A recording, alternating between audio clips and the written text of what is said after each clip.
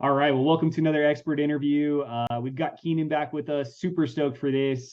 Make sure you check out the last interview we did on YouTube, your favorite podcast platform, or yourreferralpartner.com website. Today, we're going to highlight the tour a little bit, and then we're going to dig into sales. I've always appreciated Keenan's ability to build relationships and close deals. I think he does it in a unique way, and I want to pick his brain on that. So, as always, let's jump straight in. Keenan, why don't you remind everyone who you are and what you do? Thanks, Devin. Excited to be back. Keenan Polan, sales director with the Barracuda Championship, annual PGA Tour stop in Truckee, California.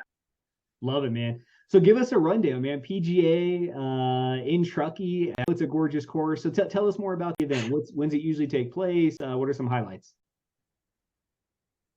Yeah, so over the past couple of years since we moved up to Truckee, the event's been in July. So we're actually going into our 25th tournament in 2023. So it'll be taking place July 17th through the 23rd at Old Greenwood, which is Tahoe Mountain Club golf course up in Truckee. So it'll be our fourth event up there. We're coming off of our largest event ever, actually, from a sponsorship revenue standpoint. We were able to get back to our 2019 hospitality build, having no restrictions from county and town on the number of spectators.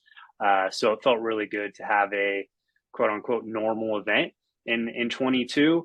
And I think there was a lot of pent up demand. Obviously, first kind of full event up in Truckee. So we were able to tap into the Truckee Tahoe markets more than we ever had before, as well as Bay Area, Sacramento, and a lot of the people that have vacation homes up in Truckee and Tahoe.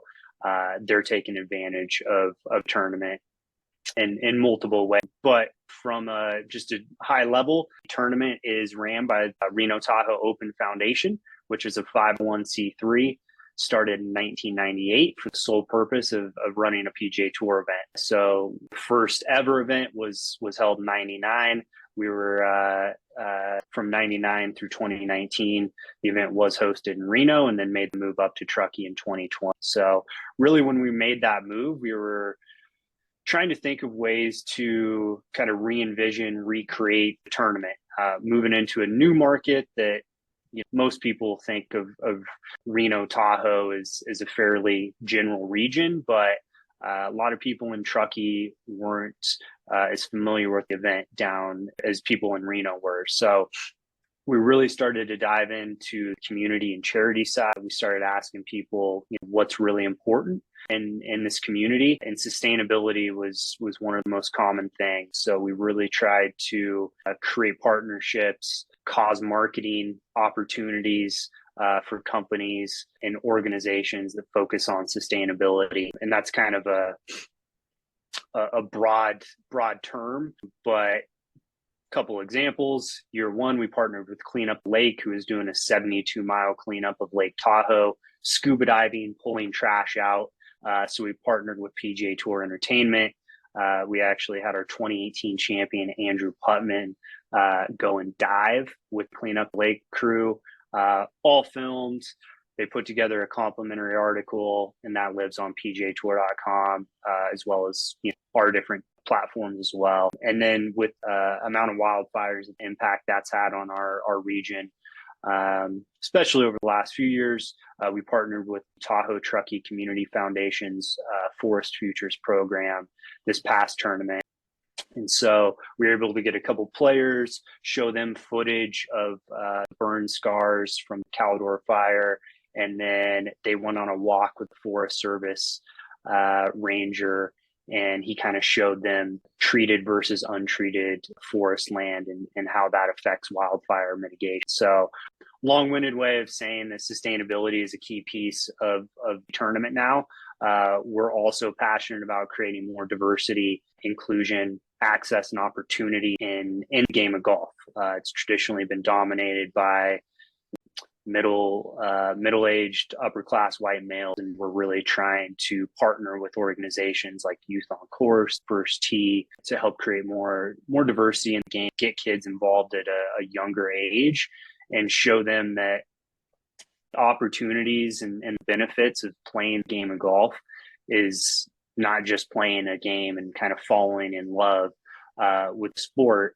It's more about doors that you can unlock, relationships that you can build, and kind of those lifelong opportunities that come with playing a game of golf and being around, higher profile type of people. So military and first responders is another pillar that we've been focused on, but really sustainability, D&I have been two focuses as we moved up there. And then ultimately we're trying to build a environment that caters to companies and individuals that want a very high end hospitality experience. So we're trying to bring from valet parking, streamlining experience to high end food and beverage. We use Mark Estes catering team, and then you put them in a very beautiful place and let them rub shoulders with their clients, with their prospects, and really use the tournament as a fun place to do business. Man, I love that answer, and I love length actually, because I think a lot of people don't understand. If you see a PGA event on TV, right, and you're watching it, and it's 4 days, and that's it. The event is so much more, and I think that you just highlighted that, right? Like community impact, the giving back impact, volunteer piece, which we didn't get, but there's hundreds of volunteers, right? Pro-am, and the fact that it's not just 4 days. There's days before, there's days after, there's entertainment, hospitality around the event, there's social impact, there's cause marketing. There's so much to an event. It's not just that thing you see on TV. So I think that's a great takeaway in your answer is, guys, if you have events like that around you, understand it's having a community impact, and there's tons of ways for you guys to get involved. And so I highly recommend that you guys dig into those events and look for, like, what are they doing in my market, my community? What can I do? And so, Keenan, thank you for explaining that. I think that's a phenomenal takeaway. Hey, I want to jump into the creative side of sales. You highlighted some really unique opportunities for people to get involved with your event. A little background on you, right? You've been in sports for a minute. So why don't you tell people a little bit about your background real quick, just so they understand kind of where you're coming from. And then let's talk about creative sales. Yeah, so my first real job or kind of entry into my sports career was in late 2012 with the Reno Bighorns, which was NBA G League affiliate of the Sacramento Kings. Started in ticket sales, sponsorship sales, was able to work my way up through the organization over a 4 to 5 year span. But really, I think within the first few months, I met some other people in the community, and I didn't really have any sales experience. And one of the things that I just kept hearing was, it's all about relationships. It's all about building trust in the community. And whether you're going to go to a chamber event and meet somebody that maybe is a potential season ticket holder, maybe a sponsor, that's great. But maybe that person knows the CEO at X company. And if they don't, maybe it's just a new connection and a new friend, and you guys can get together for coffee, lunch, drinks, what have you, and get to know each other and find other ways to help each other. So relationships have always been that driving force. And then did a little sales and marketing consulting in between Bighorns and Barracuda. And that was the focus of a lot of that consulting, was just helping people understand how important relationships and building connections are to their business, and honestly their personal networks too. Oh, that's so awesome. I love just giving people perspective, right? Because you have some history in basketball. You went and helped people, do sales consulting, and we were blessed to do that together. And it was super fun to help people, man. It's awesome when you can help them move the needle and win for their family and win for themselves. And tactics all work. And so I love that. So let's talk creativity, right? I think that so often we get, as sales professionals, we get dealt cards, right? Here's what you need to go sell. Here's the packages. Here's the things. And I think a lot of salespeople just take that brochure, catalog, list, and they just start selling. And I think what I've always respected about you, you did it at the Bighorns, you're doing it with the Barracudas, you're always looking and paying attention, one, to what other people are doing, right, in the event space, and looking at, hey, what might work. But you're always looking for, like, how do we do something different? How do we be unique, and how do we get creative? So give us some examples of how you were able to get creative and then get a win because you were creative. Yeah, I mean, I think it's become more common in the sports industry as a whole, sports sponsorship piece over the past, I'll say at least 5 years, is your custom curating opportunities for companies. It's not a one size fits all.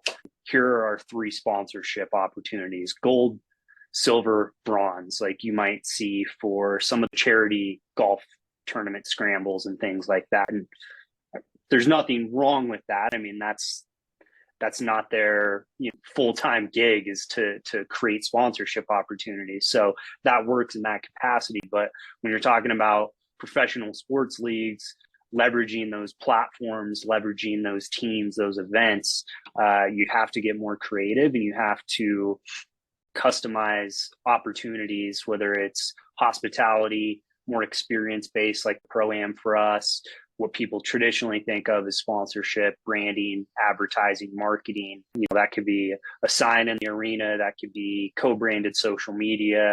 But what we really try to do is have a discovery call, learn about the company, learn about individual decision makers, what drives them, what drives their business, and put together something that's going to check multiple boxes. So I think one of the more unique partnerships we've had over the past couple of years is with Bank of America, working with Nick Rowe here in Northern Nevada. At a corporate level, diversity, equity, inclusion's been a big pillar of their business. And Nick and I connected.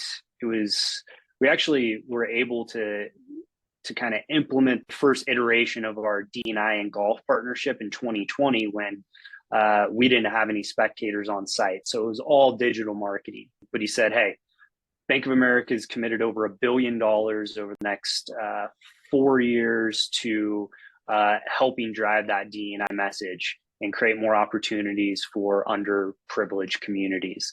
So what we did was we created a program that, number one, we partnered with Youth on Course, which is a charity that is all about changing the landscape of golf and creating opportunities for people that traditionally haven't had access to the game. So again, that fits in our D&I pillar, right? So we were able to partner with them in 21 and 22, and we have over 80 kids from their programs caddy for our Pro-Am on Wednesday. So these kids are meeting executives, PGA Tour professionals, professional caddies, tournament staff, a lot of our volunteers. So it's back to what I had said earlier, right? The game of golf is so much bigger than just playing the sport. It's that access, it's the networks and relationships that you can build from it. So that was one piece. Bank of America had branding on all Youth on Course hats. We gave them to all caddies, signage, social media, so we could tell the story about Youth on Course and why Bank of America is supporting them. And then we thought, how can we kind of elevate our partnership outside of the local region? And so we brought in 5 panelists from across the country, across different industries, to talk about diversity in golf. And so tournament week, we had our first of a series of virtual events. The second one will be coming up in February, and then we're going to have a third in July during tournament week again. But some golf influencers like Roger Steele, Laz Versailles, who are all about again, creating those opportunities for kids in golf, especially. And so it was an hour-long webinar.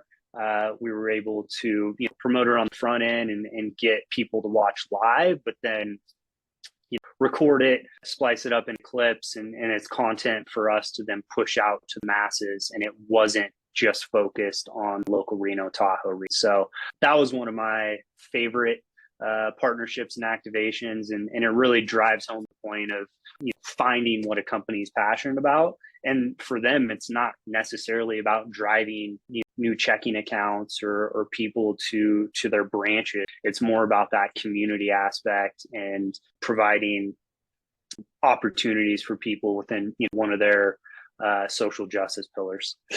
I love that. And I appreciate you being willing to talk through that story, right? It's important in a couple of takeaways for people. I want if you're a sales rep, first, I want you to understand that one thing Keenan mentioned there, and a podcast that's probably going to go up right before this was a takeaway too, is slow down and sell faster, right? You need to get into meetings and you need to actually listen and ask good questions and get to your prospect, right? What motivates them? And not just them, what motivates the company, what motivates them, what's their return on investment, what are they looking for? And stop selling and just listen, because they may open a door that you go, you know what, that's something we've been talking about or thinking about, or you know what, let me go back and come up with something that fully aligns with this. And then impact you just described is amazing. Like the fact that youth get to go out with pros and top level executives and build their network, get exposure to the game. I mean, the social impact is phenomenal. And all of that was through you being willing to sit in a meeting and just be curious, right? Where can this go?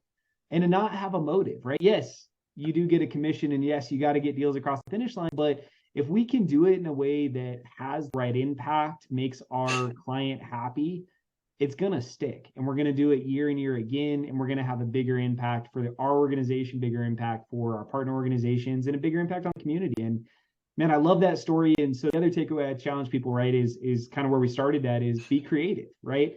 You don't have to just sell one thing, right? You can adapt, you can get creative. And if the company you're working for is struggling with some of those generational moves, which we're seeing, right? Generation 1 to generation 2, and maybe generation 2 wants to do something different, you know what? You're going to have to advocate for that. You're going to have to stand on top of the mountain and say, hey, you know what? It might be time to try this. And worst case scenario, it doesn't work. Okay, cool. We'll just pivot and adjust again. So Keenan, thanks for that story, man. There's so much gold in there. And I love hearing how you put that together and how you're impacting people in the game. Did you have something else? Evan, can I add something to it? Sure. Yeah, just on to your point on listening, most people think of our prospecting list as people that love golf. And yeah, there's certainly a lot of people that love golf. They love the PGA Tour. They probably play golf a lot. However, our impact goes beyond golf, right? And that's kind of the power of sports. So part of our discovery call and listening is, I don't really like golf, like understand, but do your customers like golf? In the banking realm, probably, business owners, like we have a bunch of metrics on, more likelihood of a level executive playing golf or watching the PGA Tour. It's 70+% than Major League Baseball, for example. So it's very, very much about listening and trying to find what are your goals and objectives? How can we think beyond golf? And yeah, we provide a very cool opportunity, intimate setting to watch golf. But when you have a cocktail in hand and you have multiple hours to spend with somebody, it's more about that opportunity to engage than about the golf itself. So good, man. Hey, I want to ask you a random question. Can you give me an example, going back to relationships? I think that you're going to have one. So can you give us an example of one of those hidden relationships, someone you met with that was just a meeting, but it turned into so much more down the road? I think often people don't take meetings, or they're not willing to hop on a call or grab coffee, right? Because it doesn't fit their client profile, right? We have this client avatar mentality and we're chasing that down, or whatever persona, whatever you guys want to use, right? And I advocate all the time, meet everybody, right? Because you'd be surprised. And so Keenan, I know you've got one or two of these. So can you give me an example of someone you met with that didn't seem like a prospect or client, but turned into a hugely valuable relationship? Yeah, I mean, it's kind of funny, and I'm not trying to pander to your background there, but I had coffee with somebody that I think is a mutual connection. Really, it was just, I think we had met at her BNI group, and it was to get coffee. Like, she's not a prospect for us, and we're really not a prospect for her, but it was like, hey, how can we help each other? And she introduced me to Jason Dean from Bridging the Gap. This is, I think, probably early 2019. And she's like, hey, this guy likes golf, big personality. Yeah, exactly. just curious if you guys would connect. He's also newer to the United States as well as this area. So we ended up having a meeting together. He wasn't really sure if his services could fit the tournament or not, but I mean, it was like a 2-hour meeting of us just going down rabbit holes and really getting to know each other. And ultimately we've done a little bit of business together, mostly on the referral side. And he's been a part of one of our kind of sponsorship, like a membership group within the tournament. But it then turned into, I'm going to introduce you to all my buddies that play golf and have some type of business role. And fast forward, 3 years or whatever, and he plays way more golf with all my friends than we play anymore. You've gotten to know him well and work with him. I mean, there's probably 15 to 20 people, I'd say at least, that were introduced, and then kind of that second and third layer of introductions that have come from that. So that's definitely one that always sticks out.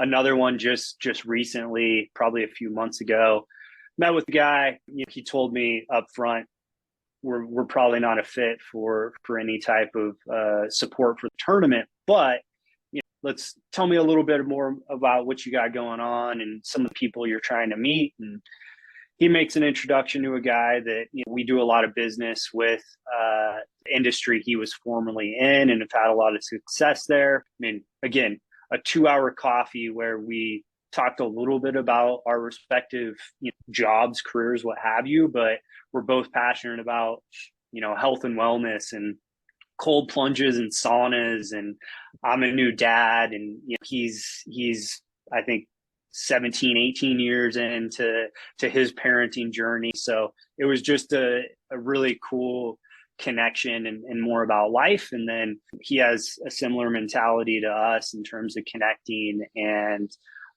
building relationships. So he then made connections to me, and it's been really cool to see how just taking a meeting, going to have coffee with somebody can result in so many ideas, friends, opportunities down the road. So always an advocate for taking a meeting, whether you think it's going to be useful to you or not. It's more about how can I help that other person. I love that, man. And I'm going to speak on some of that. Obviously, I set you up a little bit because I'm passionate about it.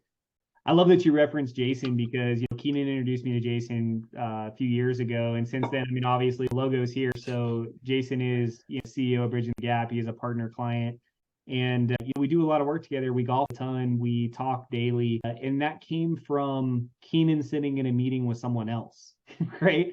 And then getting referred to Jason, and then we plug Jason in the network, and then Jason adds value to those people, and then that supports the value of your whole network. And it doesn't have to be about you, right? If you're helping other people and you're building your network and you're adding value, intrinsically it comes back, right? People perceive the value that you've created and they remember that. And then when they have that moment of, I'm going to make a connection or a referral, you're top of mind. So I'd love that that's there. And I know Keenan's got story after story of these kind of hidden relationships. One I referred you to, and we probably have a dozen of these too, where I just think he's a good guy and knows people. And all of a sudden he tees you up with like a pretty big deal.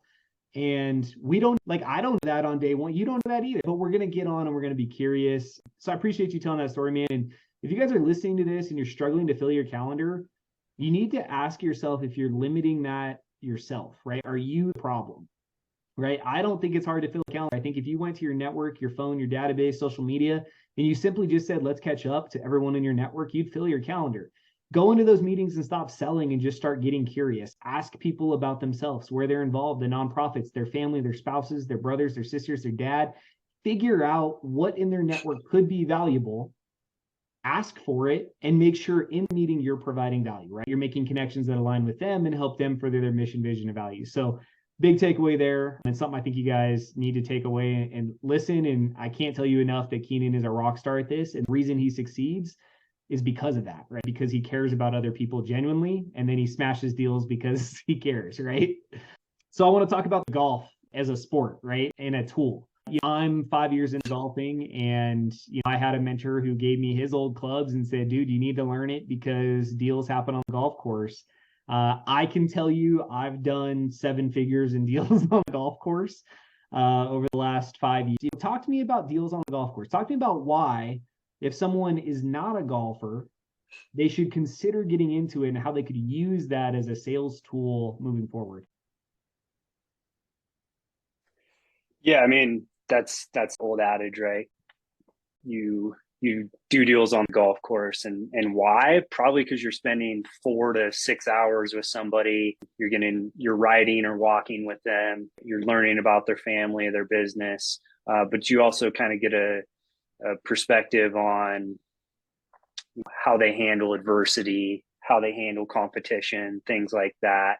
I'm competitive. I'm competitive with myself.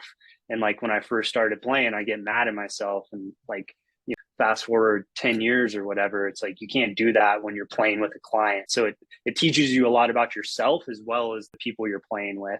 But I think at the end of the day, it's just that time and opportunity to build and strengthen relationships is why deals are getting done on the golf course. And that kind of parlays into deals getting done at the Barracuda Championship and other PGA Tour events. And I'd say that certainly translates into other sporting events and games as well, because you have hours of FaceTime. There's usually a cocktail or two. You're in a more relaxed setting, and you can bond over something that might have not have come up otherwise. So I think it's super important for people to take an interest in golf. And the beauty is you don't have to go out and play 18 holes and spend 5-6 hours anymore. You can go to Top Golf. There's 5-iron golf, which I think has a dozen locations throughout the country now. It's more about F&B experience, opportunities to hang out with friends, with colleagues, what have you, than it is so much about hitting golf balls into a simulator. So I think there are more opportunities than ever in golf, and you don't have to go out and spend $3,000 on brand new clubs and sign up for a country club membership, and like entry level has been lowered significantly to where you can enjoy the game of golf and really only participated in it in a Top Golf and spend an hour or two and just laugh and have fun with friends. I love that, man. And I like that you talk about time, right? I think in the sales process, time is never our friend, and it's getting shorter, right? I don't know how you are, man, but freaking when people want to meet via Zoom now, like they may send you like a 15-minute Zoom link, and I'm like, I don't know what to do in 15 minutes. Like I barely can get to understand your personality in 15 minutes, let alone figure out if we should go anywhere. And so I love when you can get someone on a golf course or to an event or to something where you have length, right? And there's no barriers up, right? Because it's not positioned as a sales meeting. And you can really just figure out who they are, what makes them tick. Maybe you hear some phone calls, which give you insight into who they're working on or the deals or perspective. To your point, it gives you personality things, because I've golfed with some people and I'm like, man, I'm not sure I would do business with them, right? I'm not sure the way that they treated the cart girl or the other people in the group or how they reacted to that scenario is a good dictation of what's going to happen in a business deal. And so you can get insight that way. Yeah. And I've golfed with some people where they make me feel so good during the time that it's like, man, I want to spend time with this person. So I love that. And again, guys, it doesn't have to be just golf. It has to be time. So if you can find ways to create time with people, experiences where you can get rid of the barriers and just get to people and have a good experience, you'll find those opportunities to make deals and kind of dig for opportunity. The other thing you talked about is golf is, one thing that I was scared of is, we all want to not look bad. And I think the thing I've learned from golfing is, well, I was the same. I mean, I would get mad and like check out. And what I've learned, and I still have to teach myself and hold myself accountable, right, is like, no one's really good at it. Jason is obviously an amazing golfer.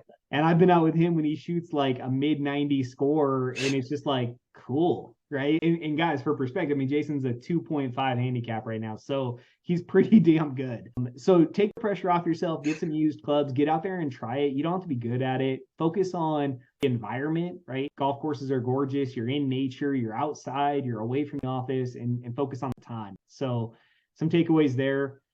I want to talk about and find a friend that's been playing, a mentor for the game, so that they can kind of teach you about rules, etiquette, things along those lines. So you do feel a little more comfortable when you show up, even if it's at the driving range. But I think golf's become it's become more cool. It's become more relaxed. So you can show up to the range in joggers, a hoodie, Air Maxes, and not feel out of place too, where it used to be, so buttoned up, khakis, polo, etc. So those are some nice changes that we're seeing in the game too. I love that, man. So let's dig in. We've talked about you opening doors in other markets, right? Because now when you moved to Truckee, it opened up kind of that NorCal, California market for you. What are one or two ways that you have found success digging into a new market? Like, how are you getting in there and what's working for you? Yeah, I mean, number one's finding some key connectors and influencers in those markets, and specifically within industries that we're trying to target. Tech's a big one for us. Financial services, banking, wealth managers, etc. Typically like golf, like to spend in golf.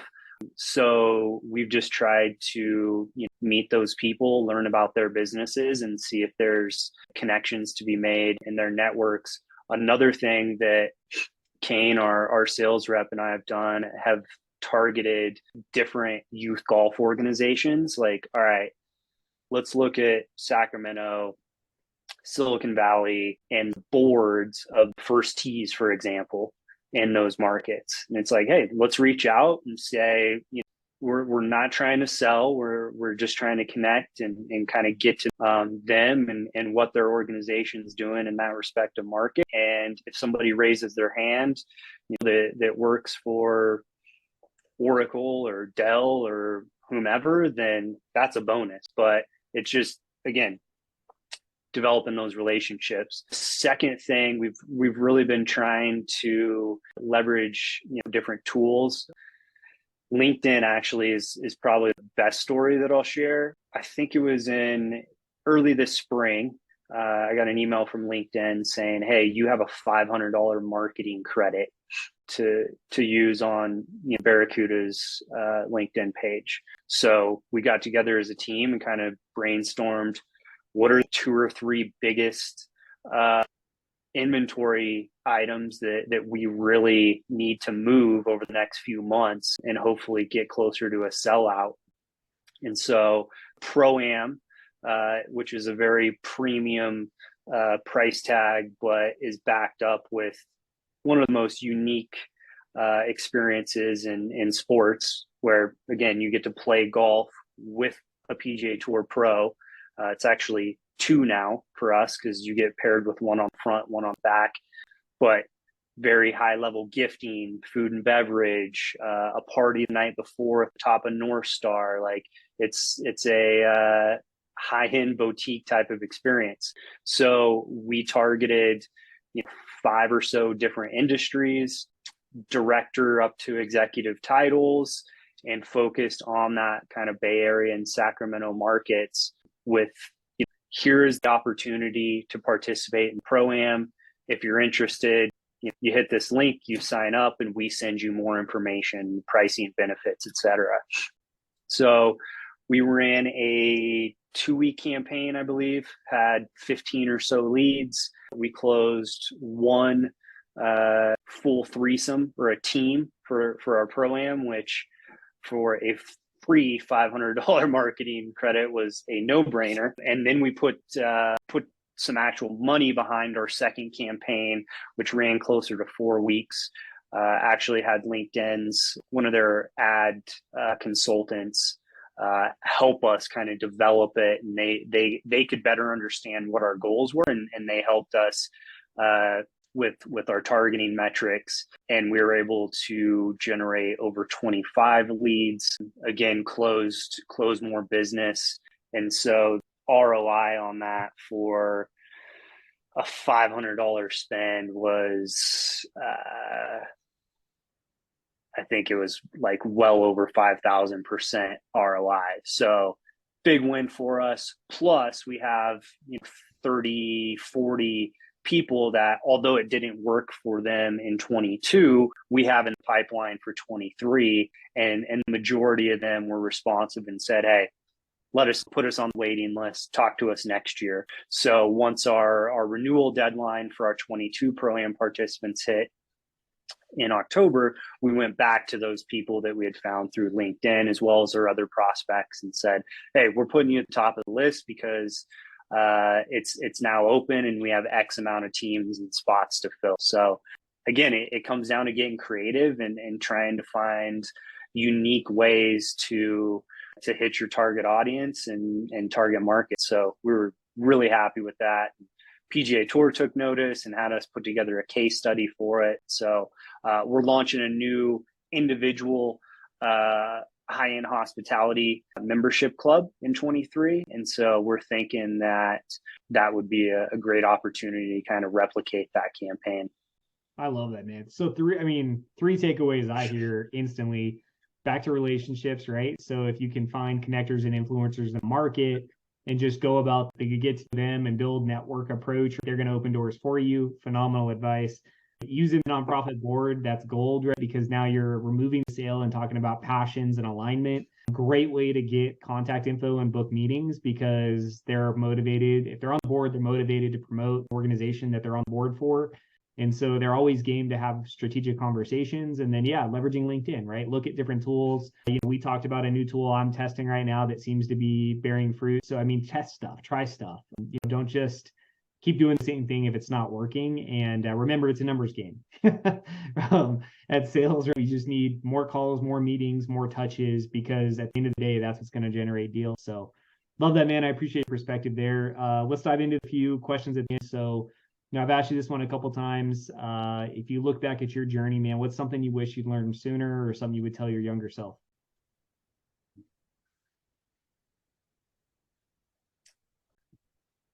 I guess it would have been just to get more involved with like some clubs and organizations in college.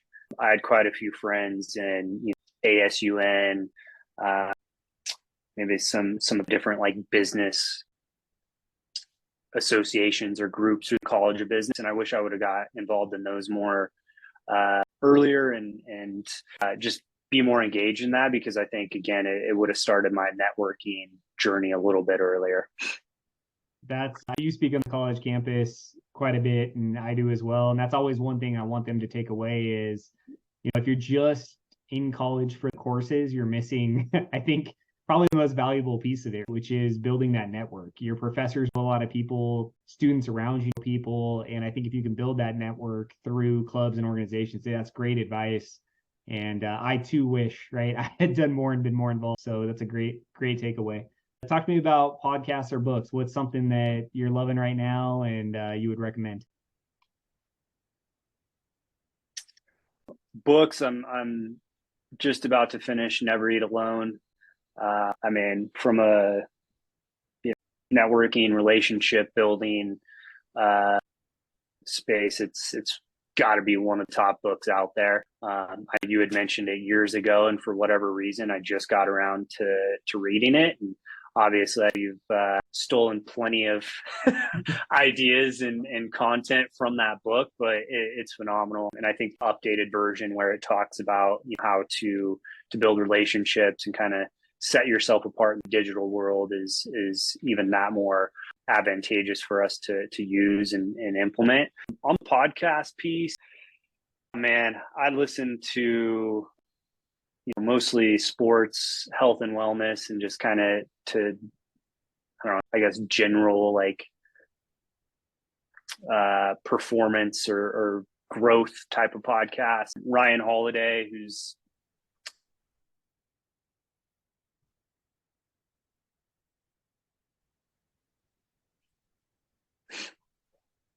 Ryan Holiday, who is the author of Daily Stoic, Stillness is Key, Obstacle is the Way. He's kind of a modern Stoic philosopher. His podcast is really good. And he has everyone from other authors, entrepreneurs, athletes to, I just listened to one where it was a mother-daughter. They're both clinical psychologists, but the mother is a Holocaust survivor. And her entire approach to life is about forgiveness. So that was just an incredible conversation and story. And I think he just has an ability to bring people together and allow them to share their stories and there's so many takeaways from each conversation that he has that cross over so many aspects of our lives. Good stuff, man. Those are usually the last two questions. I'm gonna ask you a third question. What's in your bag, man? What's in the golf bag? So a few years ago, I went all Titleist. So I have D2 metals, and then my irons are T201s and Vokey wedges, of course, with a Scotty Newport putter. So just actually got a new Jones golf bag too to showcase the sexy Titleist sticks on a better level. I love that, man. Yeah, you're rocking the Air Maxes, that, right? Jordans and Air Maxes is the go-to for me on the course now. Again, one of my favorite things about how golf is changing is the ability for people to kind of showcase their style more than baggy pleated khakis and a oversized sweater vest and polo. So, I love that. So, I mean, you've got great sticks now, obviously, and you kind of reward yourself with that as you're growing. How'd you get your first clubs? Where'd your first clubs come from? My parents actually bought them for me for high school graduation. But my uncle was at the time a golf addict and transformed half of his garage into being like a little club maker, equipment repair guy. So he got me some pretty good beginner like Adams wedges, and then kind of helped complete the rest of my bag. So it was wallet friendly and definitely beginner friendly. But after a point, it was like, all right, it's time for an upgrade. And fortunately, through some connections with Barracuda, we have some pretty good ties to Titleist and some of the other club manufacturers. So get a decent deal on them. Love that. How long did you play those other clubs though? You had to have them in your bag for what, 10 years?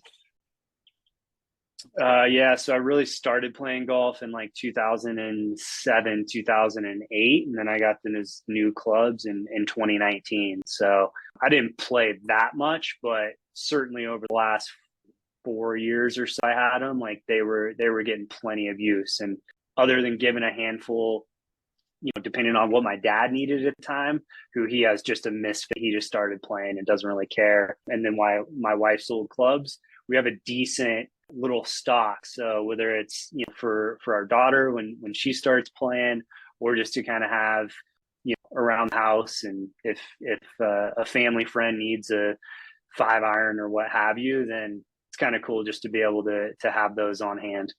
Love that, man. Well, as always, man, I appreciate your story. I appreciate you being open and honest and pulling back the curtain and just telling your story, sharing what's working and not working. I can't pat you on the back enough. You're crushing it, and I appreciate who you are and what you're doing, and I love what you're doing with the game of golf. So thanks for the time, brother. I appreciate you.